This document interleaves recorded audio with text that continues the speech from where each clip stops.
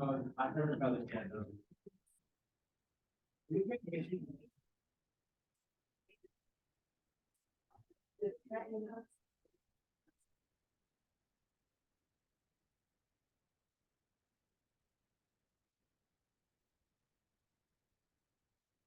Okay.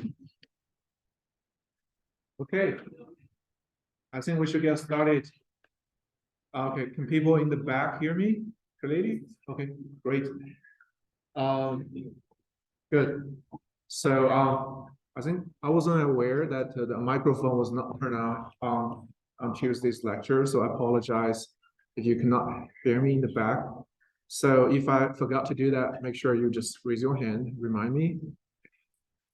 So meanwhile, I wonder, like, because I know some of you probably have zero experience in Python. So I was talking with the TA to see if we can offer any, some kind of help. So I wonder, like, maybe you can do a survey first. Those of you who has zero experience in Python and coding, can you raise your hand? Okay, so great. Seems like most of you guys have some sort of experience. So I have like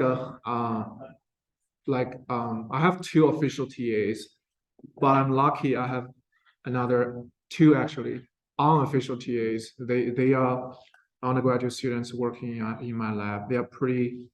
Uh, they are pretty good at Python, and they are very like generous and nice. They offer to help. So I had discussed with the TA that I just posted the syllabus. So with updated TA office hours, we have basically 1 hour each day. So for the TA office hour on Friday afternoon, TAs will be able to provide you guidance on how to use Python. Right? If you are doing your homework, you run into some problems with some coding and some problems, feel free to come to the TA office hour on Friday, and maybe you can bring your computer to show the TA how to, what's your problem. Then maybe they can help you to, figure that out. Okay.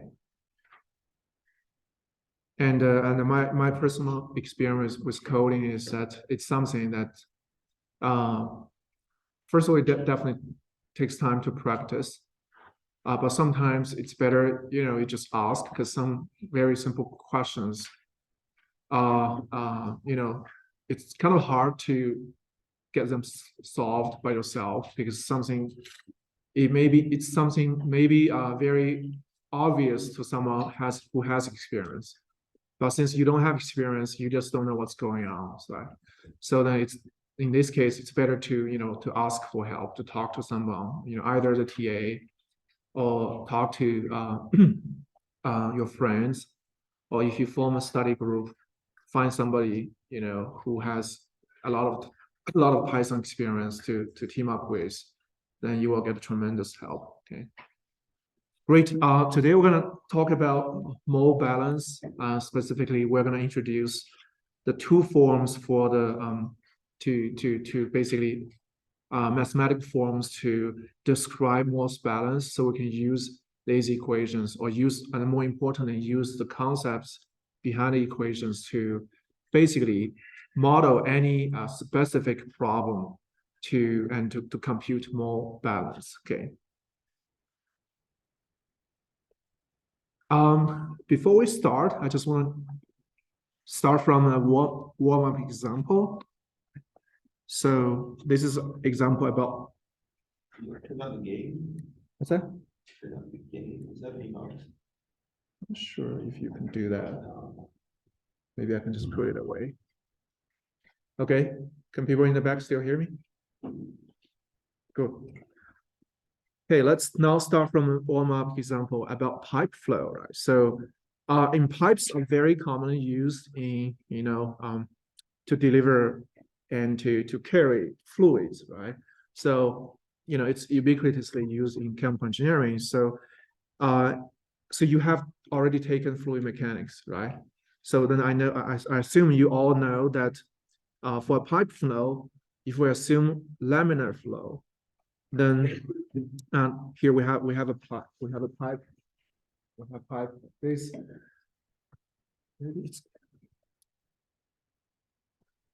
We have a pipe like this. Okay, so we have this is a laminar flow, right?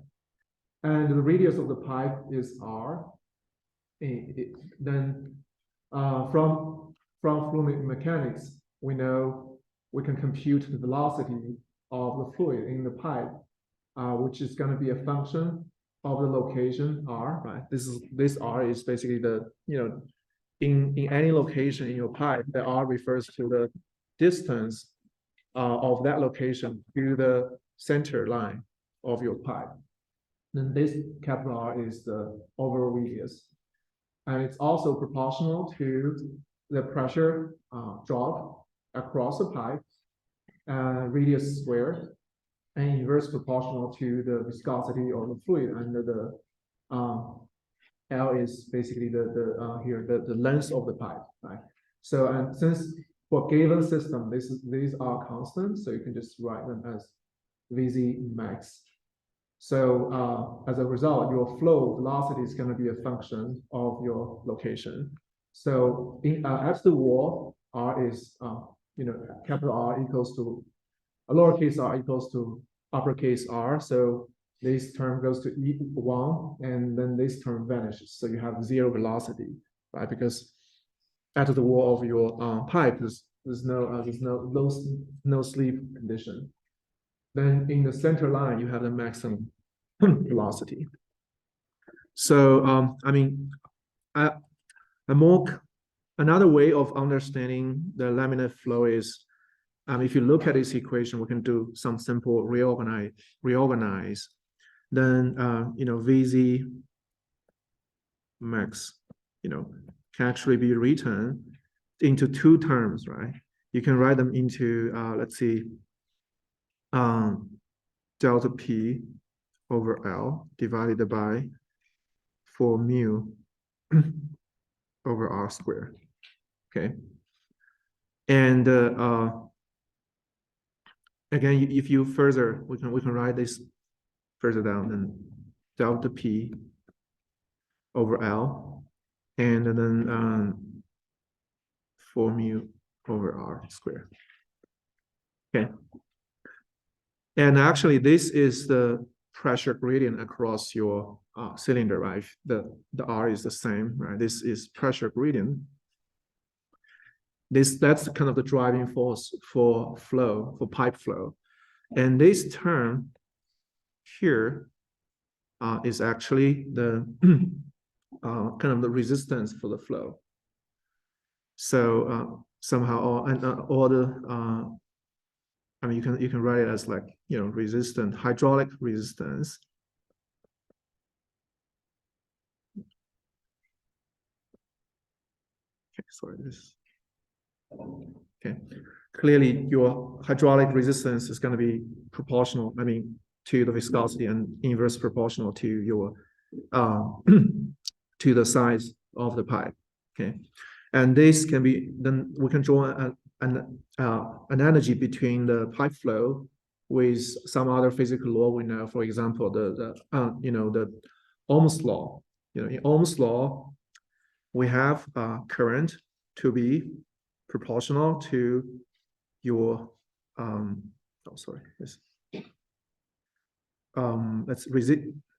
conductivity times the right. So sorry, let's write E here. So E is voltage or potential, then grad E is the driving force for charge to flow. Then sigma here is conductivity, right? That's the electrical conductivity. Whereas here, this is a hydraulic resistance, then the inverse of it is hydraulic conductivity, okay? And later we're going to learn about Fick's law. In Fick's law, you basically have flux to be proportional to the driving force for diffusion is the concentration gradient, right? Then the conductivity for equivalent conductivity for mass flow, a mass diffusion is diffusivity, right? So now if you look at these three equations, you find fundamentally they are kind of similar.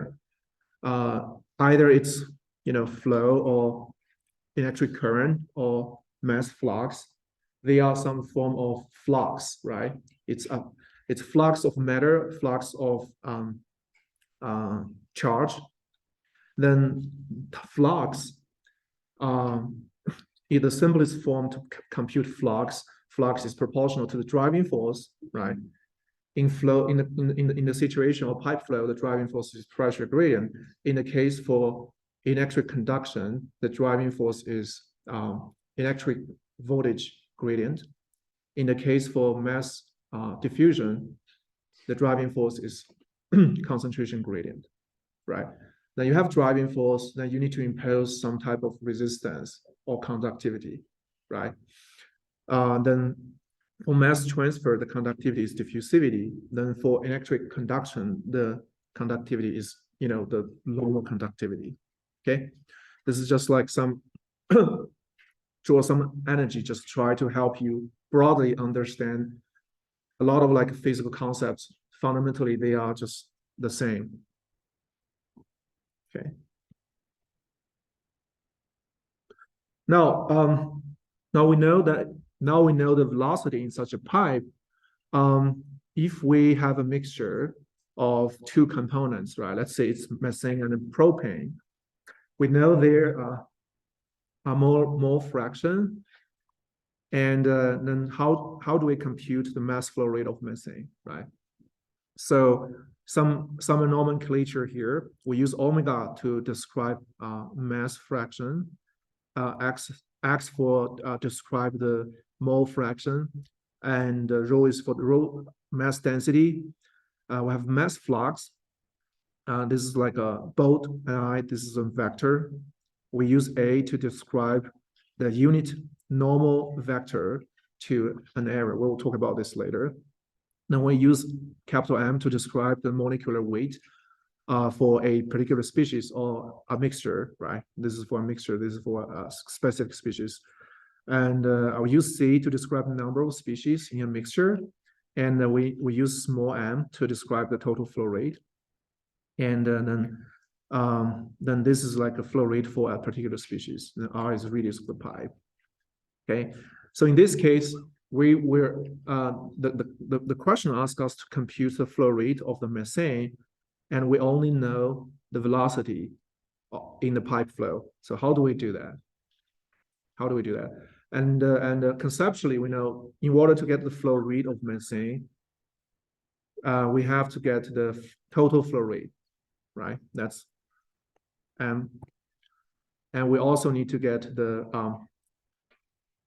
mass fraction of methane, right? Then we can get, then in the case, the mass flow rate of methane would be the total flow rate multiplied by the mass fraction. Now, how do we know the mass fraction? We only know the mole fraction. For that, we can basically use this equation here, right? So we can compute the total mixture molecular weight. That's a summation, right? You have each component, right? The mole fraction of each component multiplied by the molecular weight. Then if you sum them together, you get the molecular weight of the mixture. Then if you divide the, this is your component I, it's kind of like by the total molecular weight, you get the mass fraction, right? That's just some simple math. So now, once we have this, in order to compute flow rate, we just need to compute the total flow rate. And the total flow rate, mathematically, it's gonna be, it's gonna be just the, let me just write it here. So the mass flow rate is gonna be the velocity times the density, right? V. Okay. Then now the question becomes, how do we compute the velocity? Which is already known. So now with that, we should be able to compute the mass flow rate at any point in this pipe.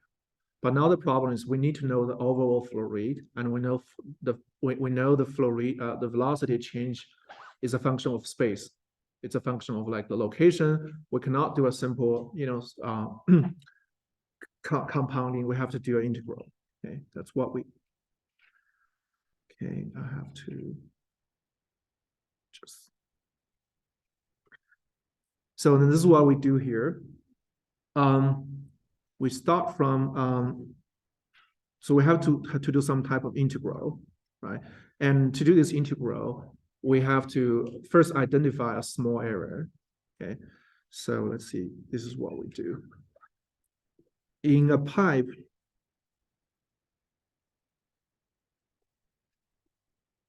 okay, we can cut a slice, through the pipe that will give us a surface, right?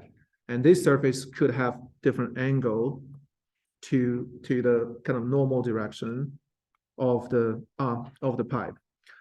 Now we want to compute the net flow rate, so we better just cut a slice that's perpendicular to the normal direction, to the pipe's direction. Now that will give us a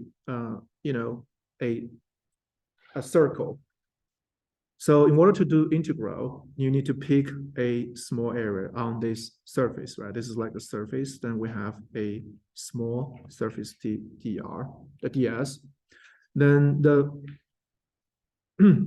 mass flow rate that goes through this small area is gonna be the velocity, the rho times the velocity at that location, then ds, right? And in order to get the total flow rate, then you have to do an integral over the whole surface,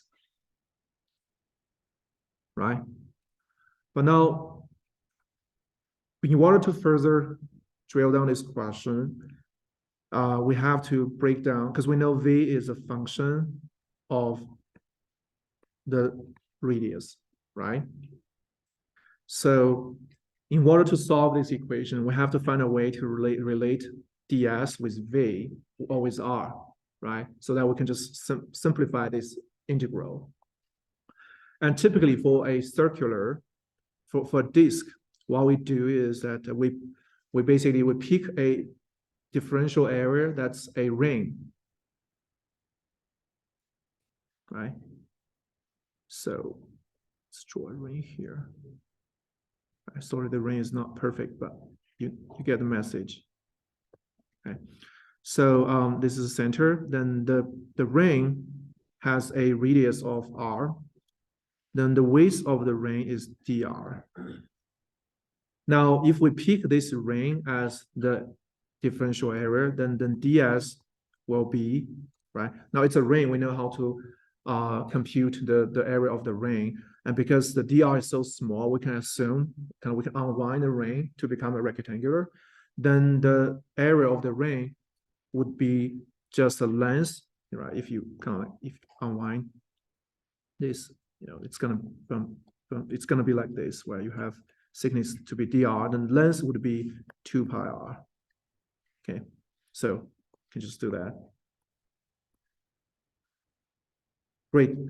Now with that, you can relate S with R. Then you can, if you plug this back, then you can relate, the your integrand with your variable. Okay, so that's what we do. What we did here. So V0 multiplied by this give you the total flow rate through that ring, we just draw. And if you multiply that with the omega I, that's the mass fraction of species I, that give you the mass flow rate of species I through the ring. Now, if we do the integral, right? Because for this whole ring, the radius change from 0 to r. And if you do that integral, that gives us the total flow rate of species I, in this case, the methane, through this circular disk. And now we know all these components are constants, so we can just take them out from the integral. We leave only r behind because r is, this is our variable to be integrated, so we should leave that behind. Then mathematically you can solve this, but the answer here is, the solution here is, you'll find out the total flow rate is going to be proportional to the v max, and then we have the flow rate of each component, right? That's like that's this example. Great. Yes. Is the mass density, is that the density of the mixture or the density of each species?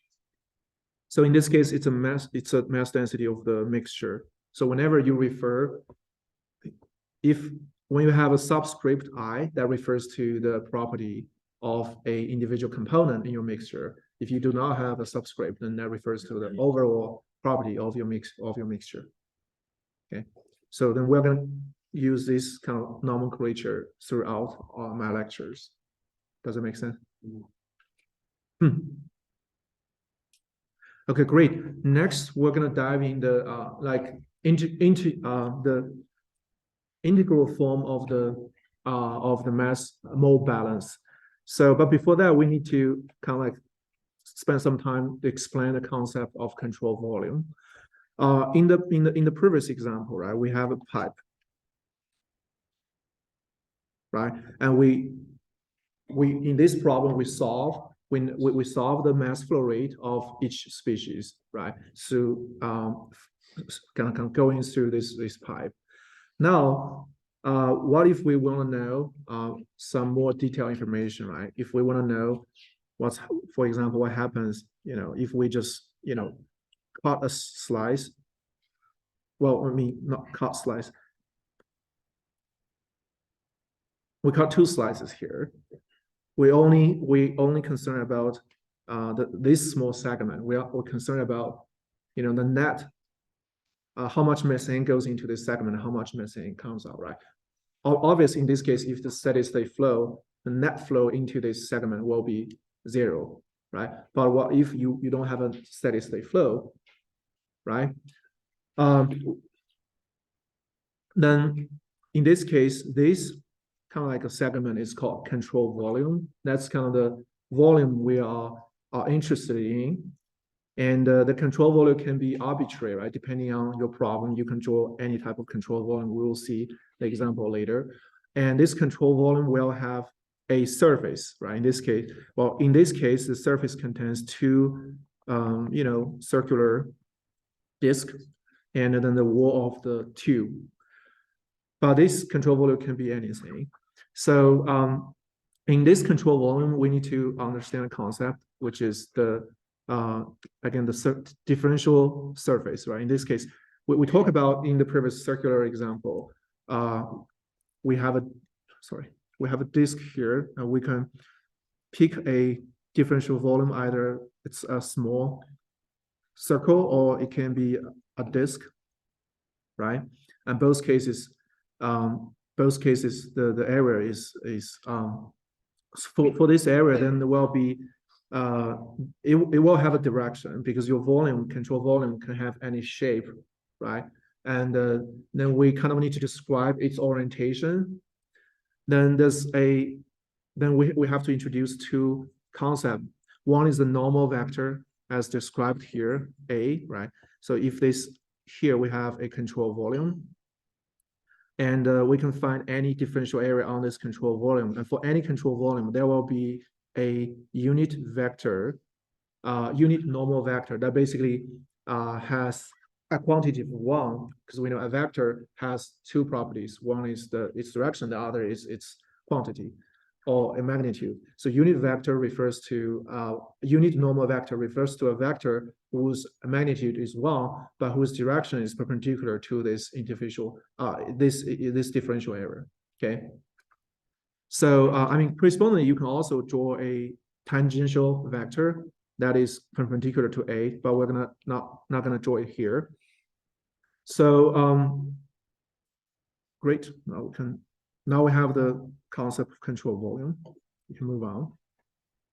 So now, once we draw such a control volume, we can ask ourselves, right, if we want to know at any time how much species are in the in this control volume, right? In order to know that, we kind of need to know how the modes of the species evolve over time, right? Then we kind of need to know, kind of the over time how the modes of each species change in this control volume, right? Then fundamentally, the amount that's being accumulated in this control volume, it's called accumulation. It's gonna be the summation of net flow. That's kind of a net amount of species flowing into this control volume plus the net generation. If you have a chemical reaction taking place inside this control volume, that's generating some new species. So for the accumulation term, that refers to the net rate of change in moles of I in V. So let's say if the average concentration, mole concentration is C, and we know the mole fraction of each species as Xi, then we can compute the concentration of species I by this equation. That's the molar concentration. And this molar concentration, it's dependent on space and time, right? In this control volume, Ci, it's gonna be a function of space, right? Right, space x, y, z, and I'm just gonna write x here. And it's also changing with respect to time. So then the total amount of species, say, in this control volume can be computed by integral again. Now, because we know the concentration is not constant, it changes with space, so you cannot do a simple mass, you have to do integral. We pick a kind of a differential volume, right? That can be like a small fraction of volume inside its control volume. And when you pick a control like a differential volume that's small enough, then we can assume, the concentration is constant. In that case, we can just write down in that control volume amount of species, the moles of species species I in that volume is Ci multiplied by dV. Now, then we can do an integral over the whole control volume. That gives us the total amount of moles of species I in this control volume. Then the accumulation is going to be d this term dt. Okay, so here the control volume can can change with time, or it can be time invariant. Right? It depends on the problem you want to solve. Okay. The second term is let flow, because we know that in chemical reactor or separation unit, we always have flow. Then the bulk fluid motion will always carry species into this control volume, right? In addition to that, if there's concentration variation in your mixture, then there will be molecular motion. We call it diffusion, right? We're going to talk about that later in future actually in next lecture. So here, then we can define the net flow, that's species molar flux. This is a vector, it has unit, has direction. And again, this A is the unit normal vector. And at any like differential area, the molar flux through the surface is going to be a dot product, between the flux, right? Because again, here the flux, the direction of the flux and I is not necessarily the same as your unit normal vector of your control volume, right? Because like I said, the control volume, it's arbitrary. You can just draw whatever you want. So that means the normal vector can be anything. But for a given system at one particular location, right? If you solve, you solve your fluid mechanics problem, then you can solve for the velocity at any point, ideally, right? So they're not necessarily the same, right? For example, here, maybe the Ni is in this direction, okay? But we are only concerned about, you know, the species that leaving this control volume, right? So in this case, if Ni does not have, the direction of Ni is different from A, from the unit normal vector, then there's only, you can do, for any vector, you can break it down into two components, right? Two independent component. You can break down this, into two components. One is parallel to A, right? The other is basically perpendicular to A, right? Then only the component that's parallel to A is leaving this control volume, whereas the other component that's perpendicular to A is kind of like sliding, you know, across the surface of your control volume, but it does not leave your control volume. So that's why we need to do a dot product. So then with this give you the net flux leaving the differential control volume of ds, and you do an integral over the total surface. That gives you the net molar flow rate through the S. Okay, that's about the flow. Then the third term is net generation. If we have a reaction taking place, right, then this reaction will convert some species, you know, into other species. So we will know that some species are basically consumed, and then the net reaction rate will be negative. Some species will be produced, the net generation will be positive. And if we define a concept to be molar production rate of species I per unit volume at each point, right? So SI is going to be a function of time. It changes with time. It's also going to be a function of space, right? Because we know C concentration is a function of space, and reaction rate is a function of concentration, right? So reaction rate will be a production, in this case, production rate will be a function of space, right? Again, we do this integral SI multiplied by a differential volume, give you the net production in that small differential volume. And if you do an integral over the whole control volume, you get the net generation of species I within your control volume I. Okay. Now, then we just convert this concept equation into mathematical equation. We have the accumulation here, and we have a generation here, and then we have net flow here, right? So here, be careful here, we add a minus sign, right? That's because in the definition of net flow, this refers to net amount of species flowing out from your control volume. Whereas here, this refers to the accumulation. So that's why we need to add a minus sign. Does that make sense? Yeah. Okay. Yeah. So here I just want to, briefly just talk about dot product. I think you have already learned this in your probably in your calculus course.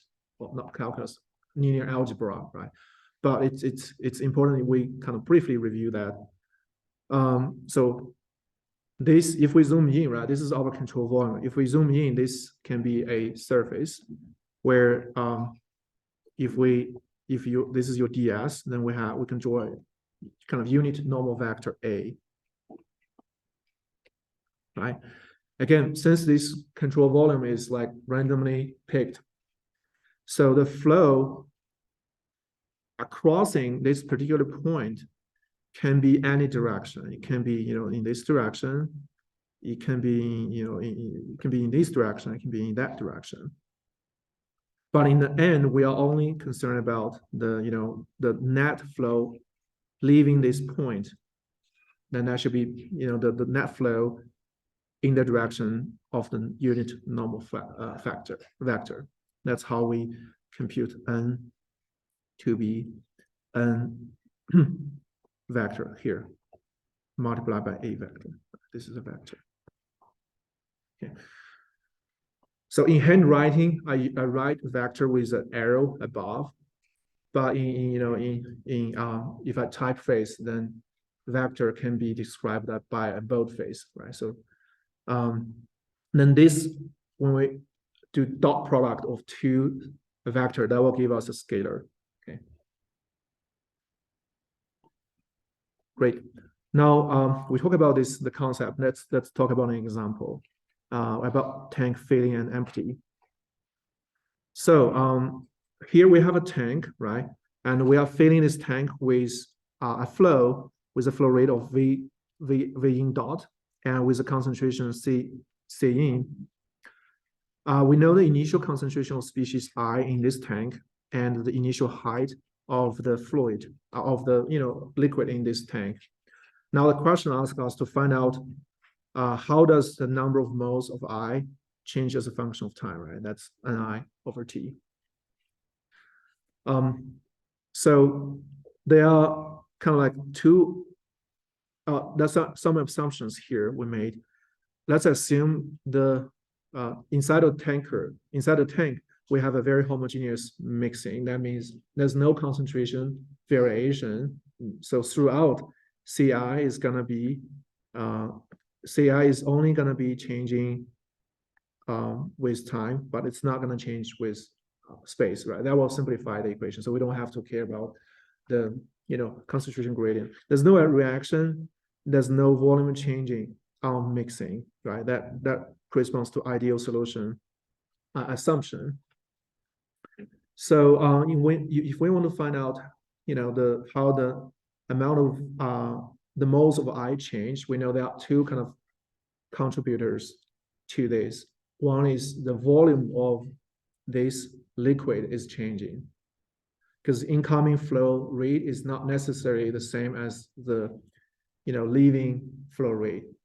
And more specifically, we know the incoming flow rates, this is VI in, this is a constant, but we know for sure for a hole, if we neglect friction, flow rate leaving this hole is going to be a function, it's going to be dependent on the height of your liquid, right? So this is changing with time. These two are not necessarily the same, which means that the volume of your liquid is going to be changing. That's one contributor to the one factor that will change the number of mole of I in your tank. Another factor is the concentration CI is changing as a function of time, right? Because CI naught is not necessarily the same as C in. Initial concentration in your tank is not necessarily the same as your inflow concentration, right? If they're different, then over time CI will change, right? Some nomenclatures, right? I think these are very simple. So here, AC refers to the cross-sectional area of the tank. Then R is the radius of the hole at the tank outlet. So now let's apply the integral form of mole balance to this problem. Species moles balance, right? We have accumulation that equals to the summation of net flow in plus reaction.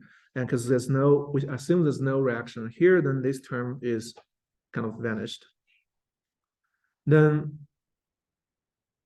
for the accumulation term, because we assume CI is not a function of space, it's a well-mixed homogeneous solution. So then it's not a function. And so here, first, in this case, we draw a control volume to be, just this,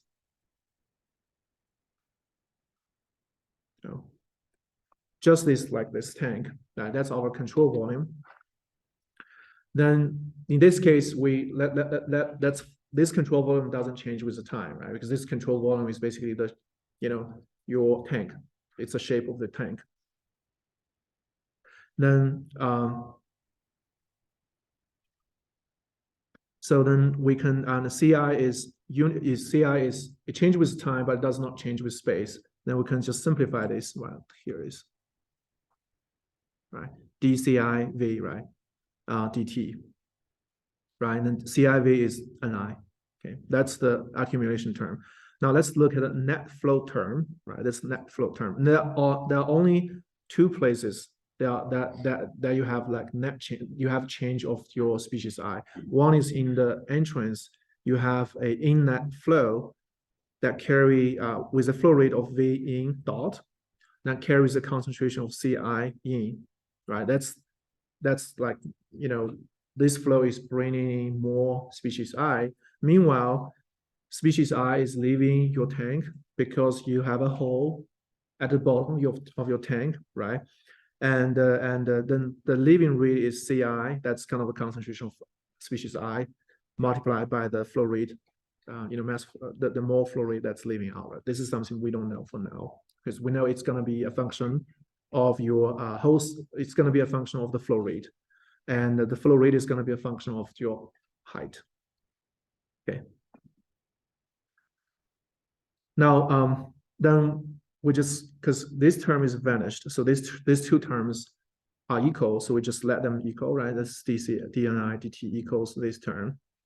Here, V out, because they are leaving through a hole, then we can compute V out to be the area of the hole, pi r squared, multiplied by the velocity of fluid leaving that hole. And for this problem, from fluid mechanics, we can solve for the flow rate. That's going to be a function of heightness. Now we can plug in this back to this, right? So we get this equation here. So let's look at this equation. This is the ordinary differential equation. Tells us how does moles of I change with time. That's what we want to solve. We want to solve for NIT, right? Meanwhile, on the right-hand side of the equation, Ci is known, that's constant. V dot, that's known, that's also constant. Then Ni is basically the variable we need to solve. HAC, that's the cross-sectional area of your tank, that's a constant. We also know that. Height, that's something changing. That's something that is changing. We know that. Pi r squared constant, G constant, and H, right? Turns out we have another variable that's changing. That's H as a function of T, right? So then in order to solve for Ni, we have to also to figure out Hi, or at least we need to figure out how to find out another equation that connect H with N or H with T, right? Because for two variables, you need to have at least two equations to solve them. Then now we need to look at the volume change of the liquid. It's kind of simple here. So the volume change is going to be the volume in and the volume out, right? And then we can relate DH, right? That's kind of volume change with the height change, because the cross-sectional area of the tank doesn't change. What changes is the heightness. And then you just plug in this, into there. Then you can relate dV dt. That's actually dependent on dH over dt. And since we assume ideal solution, there's no more volume change on mixing, right? So, and that's actually how this works, right? Otherwise, we have to consider the volume change when you mix two streams with different concentration. Now, if you in this equation here, and if you replace, if you plug this in here, then you move AC to the right-hand side, right? You get this equation, and further down, we know V out is going to be a function of H. Okay, so now seems like we got an equation, ordinary differential equation that relates H with H, right? And let's look at all the parameters inside. This is a constant. This is a constant known. These are constant unknown, right? Okay, we do not introduce any new variables. Seems like we have an ordinary equation that relate an unknown variable H with itself. This is ordinary differential equation. Now, we have two ordinary differential equations. You know, we have one that relate I, one relates Ni with Ni and H, and we have another relates H with H, right? We have two variables, we have two ordinary differential equations, and we know, do we have the initial condition? Right? Now we have the equations. We in order to solve them, we need to ask ourselves, do we have the initial conditions? And then N0 is gonna be, you know, we have H0, right? So it's gonna be AC H0 times CI0, right? Then we have H0, that's already known, right? Now we have initial conditions, we have two ordinary differential equations, then we should be able to solve these two equations and get N as a function of T and H as a function of T, okay? Great, we're gonna stop here and we'll continue next week.